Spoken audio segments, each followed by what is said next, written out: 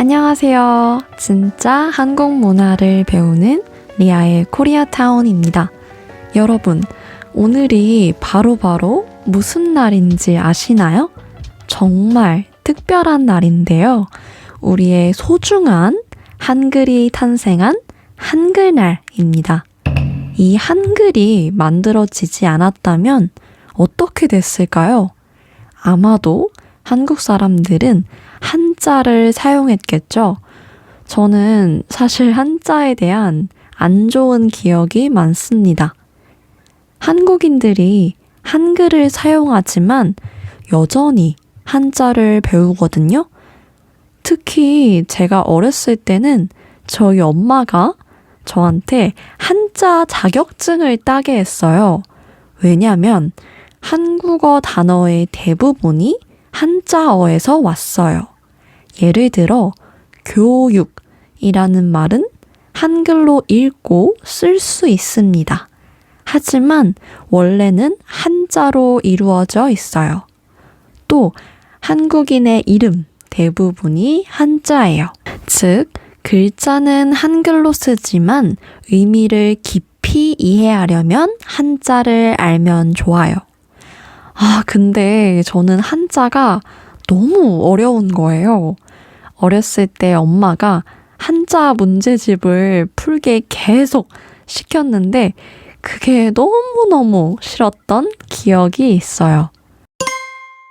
근데 이렇게 위대한 한글이 세상에 나오지 못할 수도 있었다고 해요. 세종대왕이 한글을 만든 과정은 정말 험난했어요.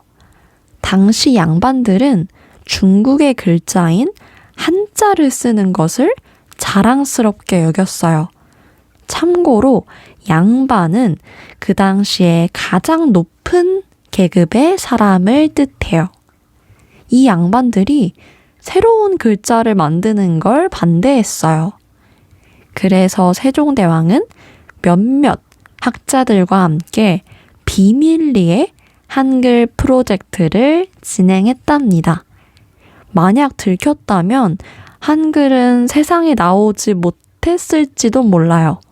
큰일 날 뻔했죠? 세종대왕님께 정말 감사합니다. 제가 얼마 전에 서울 광화문에 있는 세종대왕 동상을 봤거든요. 오랜만에 가니까 너무 좋더라고요. 또 지금까지 몰랐는데 그 주변에 세종대왕 박물관이 있더라고요. 거기서 다양한 경험을 할 수 있어서 좋았어요. 여러분도 서울 광화문에 가면 거길 꼭 가보세요.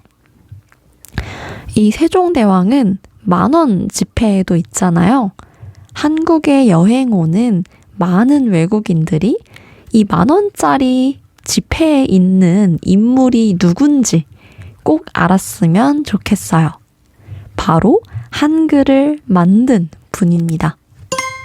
어쨌든 한글날에 대해 이야기할 주제가 정말 많아요. 그래서 이번 팟캐스트에서는 무슨 이야기를 해볼까 고민했어요. 근데 아무래도 여러분이 가장 관심 있는 건 글씨일 것 같아요. 그래서 오늘은 한글 글씨에 대해서 재밌게 이야기해 보려고 합니다. 제가 얼마 전에 어떤 영상을 봤는데요. 외국인들이 좋아하는 한국어라는 영상이었어요. 거기서 옷이라는 한국어가 좋다는 거예요. 이 옷의 한국어 글씨가 누가 봐도 옷처럼 생겼다고 해요. 여러분도 공감하나요? 저는 이걸 보고 사람을 그려놓은 것 같다고 생각했거든요. 쫄라맨처럼요. 또 제가 본 다른 단어는 스위스였어요.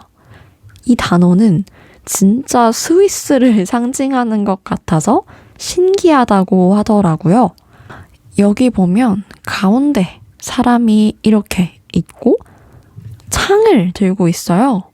그리고 이 사람 양옆에 있는 스 모양이 산처럼 보여요. 스위스에 산이 많잖아요. 그래서 외국인들이 우와, 신기하다. 진짜 스위스 같다. 이런 반응이 있었어요. 근데 외국인들이 이런 것들을 직접 발견한 게 너무 신기해요. 왜냐면 실제로 한글은 모양처럼 만든 글자거든요. 예를 들어 자음, 미음 같은 경우는 입술 모양을 본떠 만든 거예요. 모음 같은 경우에도 하늘, 사람, 땅의 모양을 따라서 만들어졌어요. 이런 원리 때문에 핸드폰으로 문자를 작성하거나 컴퓨터로 타자를 칠 때 너무 편해요. 사랑합니다, 세종대왕님. 어쨌든 한글은 처음부터 모양을 본떠 만든 글자라서 단어를 보고 다양한 모양을 떠올리는 게 자연스러운 것 같아요. 옷, 스위스 말고도 여러분이 좋아하는 한글 단어는 뭐예요?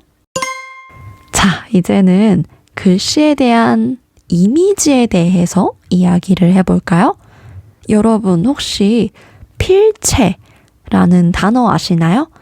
필체는 글씨를 쓰는 모양과 스타일을 말해요. 사람마다 글씨 쓰는 습관이 다르잖아요. 어떤 사람은 아주 단정하게 쓰고 또 어떤 사람은 빠르고 거칠게 써요. 이렇게 글씨가 보이는 모양과 느낌을 한국어로 필체라고 해요. 항상 그렇지는 않지만 한국인들은 글씨만 보고 성별, 나이를 대충 알 수 있어요. 또 외국인이 쓴 글씨도 알 수 있어요. 일단 아이들의 글씨는 정말 장난스러워요. 마치 제가 왼손으로 쓴 것 같은 느낌이에요. 제가 왼손으로 쓴 글씨를 보여드릴게요. 어떤가요? 또 비슷한 느낌으로 남자들의 글씨도 엄청 투박해요. 여기서 투박하다라는 말은 예쁘거나 부드럽지 않고 거칠고 단순하다는 뜻이에요. 제가 사진을 하나 올려볼게요. 뭐라고 써 있는지 혹시 읽을 수 있나요? 못 읽어도 괜찮아요. 왜냐면 저도 한국인이지만 알아보기 힘들거든요. 솔직히 이건 투박함을 넘어서 악필이에요. 악필은 글씨를 잘 못 쓰는 걸 말해요. 최악이다, terrible이라는 뜻의 악과 같은 한자예요. 지저분하고 읽기 힘든 글씨를 뜻해요. 그래서 여러분들이 만약 글씨를 못 쓰는 사람을 보면 악필이네 라고 말할 수 있어요. 근데 한국에서 어떤 사람들은 필체를 정말 중요하게 생각해요. 만약에 자기의 썸남, 썸녀의 글씨가 악필이면 좀 정 떨어진다 라고 생각하는 사람들이 있어요. 이걸 줄여서 정떨 이렇게 말하기도 해요. 그리고 썸남, 썸녀는 아직 연인은 아닌데 서로 좋아하는 단계를 말할 때 써요. 어쨌든 인터넷에서도 글씨 못 쓰는 남자, 여자 어때? 이러면서 다양한 의견이 올라와요. 여러분들은 어떻게 생각해요? 저는 글씨를 못 쓴다고 해서 정떨은 아닙니다. 근데 글씨를 어른스럽게 잘 쓰면 더 호감이 가요. 그럼 도대체 어른스러운 글씨는 뭘까요? 제가 그냥 여러분들이 이해하기 쉽게 사진 하나를 보여드릴게요. 그럼 바로 이해가 갈 거예요. 바로 배우 김우빈 님의 글씨인데요. 저는 이 배우가 이렇게 멋진 글씨를 가지고 있을 거라고는 상상도 못했어요. 어른 글씨체의 정석입니다. 또 다른 예로는 배우 현빈님인데요. 와, 글씨가 너무 멋있어요. 이렇게 글씨 하나로 사람 이미지가 달라 보일 수도 있습니다. 어른 글씨의 특징은 비교적으로 모음이 좀 길어요. 원래는 이렇게 쓰는데 모음을 좀 길게 써서 더 성숙해 보여요. 제가 조만간 다양한 한글 글씨 쓰는 법 영상을 찍어 볼 건데요. 그때 더 자세하게 설명해 드릴게요. 어른 글씨에 대한 정말 웃긴 에피소드가 있어요. 지금은 어떤지 모르겠어요. 근데 제가 고등학교 다닐 때는 성적표에 부모님이 글을 적어 주셔야 됐어요. 예를 들어 성적표 확인했습니다. 뭐 이런 말이나 더 열심히 지도하겠습니다. 이런 글이요. 집에서 자식의 공부를 더 잘 신경 쓰겠다. 뭐 이런 느낌이요. 근데 어느 날은 제 친구가 성적이 너무 낮게 나온 거예요. 당연히 부모님한테 혼날까봐 무서워했죠. 근데 학교에서는 성적표를 부모님한테 보여주라고 하는 거예요. 그래서 친구가 고민하다가 무슨 일이 있었는 줄 아세요?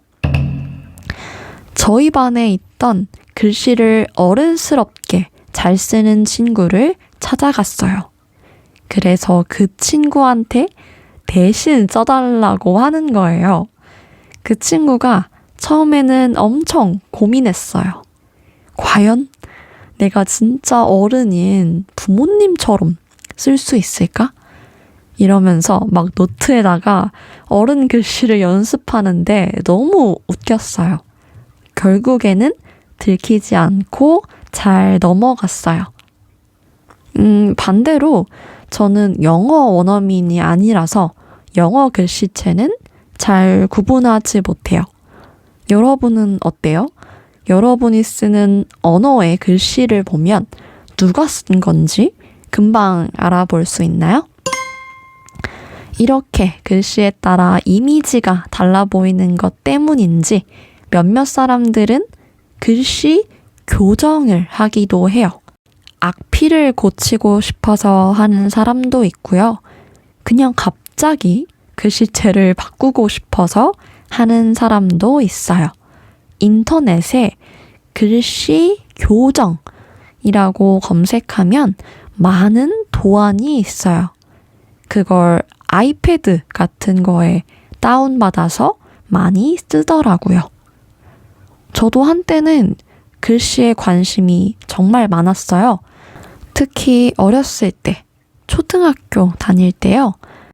그때는 글씨가 특별하면 나도 특별한 사람이라고 생각했어요. 그래서 글씨체를 바꾸려고 노력했죠. 저의 글씨체 변화를 한번 보실래요? 어렸을 때는 괜히 모음에 포인트를 줬어요. 모음을 쓸 때 윗부분을 꺾어서 강조를 했어요. 그 다음 글씨체는 갑자기 자음을 엄청 작게 쓰기 시작합니다. 이렇게 하면 뭔가 동화책 같이 포근한 느낌이 들어요. 그 다음 중학교에 들어가서는 모든 게 귀찮아집니다. 그래서 막 대충 갈겨 쓰기 시작했어요.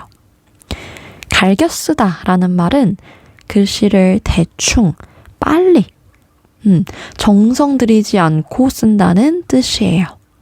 그리고 시간이 지나서 고등학교 때부터 지금까지 이 글씨로 정착했어요. 엄청 둥글둥글하죠? 귀여워서 마음에 들어요. 자, 오늘은 한글날을 맞이해서 다양한 글씨체 이야기를 해봤습니다.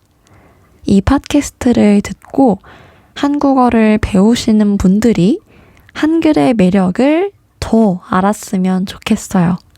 그리고 여러분들만의 개성 있는 글씨를 찾았으면 좋겠어요. 그리고 곧 있으면 다양하게 글씨를 쓰는 방법, 한국인들이 글씨를 빠르게 쓰는 방법에 대한 영상을 올릴 거니까요. 나중에 꼭 많은 관심 부탁드립니다.